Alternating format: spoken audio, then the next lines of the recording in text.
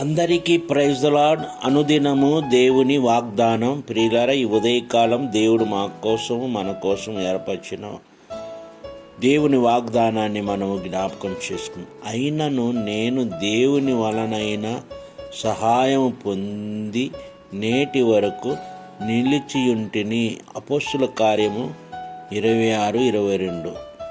అపోస్తులైన పౌలు దేవుడు తనను పిలిచిన తర్వాత, తనను వెంబడించిన తర్వాత అనేకమైన శ్రమలలో, అనేకమైన నిందలలో, అనేకమైన నిట్టూర్పులో, వస్త్రహీనతలో, జాగారములో, అన్ని విషయాల్లో పౌలు తన్ను తాను తగ్గించుకుంటూ, అయితే ఈ మాట అయినను నేను దేవుని వలనైన సహాయము పొంది నేటి వరకు నిలిచి ఉంటిని.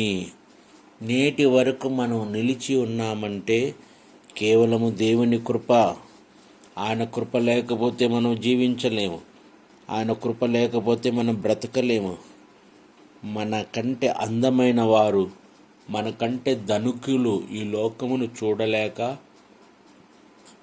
నశించిపోయినట్లు మనం చూస్తున్నాం. ప్రియులారా, ఈరోజు నీవు ఆయన కృపదార క్షేమంగా ఉన్నావంటే కేవలము ఆయన కృపనే.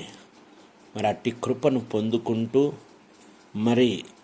నేటి వరకు మనం ఆయన సన్నిధిని పొందుతూ, ఇకను కూడా ఆయన సన్నిధి అనుభవిస్తూ రాకడ కోసం మనందరినీ సిద్ధపరచునుగాక. దేవుడి వాగ్దానాన్ని మన జీవితంలో నెరవేర్చబడునుగాక. ఈ వాగ్దానం గురించి ప్రార్థన చేస్తాను. ప్రేమ కలిగిన మా ప్రియ పరలోకపు తండ్రి, అపోస్తులైన పౌలు అయినను నేను దేవుని వలనైన సహాయం పొంది నేటి వరకు నిలిచియుంటిని.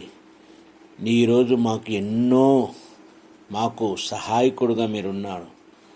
మా దినములు ప్రభా, దుఃఖ దినాలలో, కష్ట దినాలలో మీరు మాకు సహాయకులుగా ఉంటూ నేటి వరకు మాకు జీవింపజేసి కృపనిచ్చినందుకు స్తోత్రాలు. అట్టి కృపతో మమ్మల్ని అందరినీ బలపరచమని యేసు నామమున అడుగుచున్నాము తండ్రి. ఆమేన్.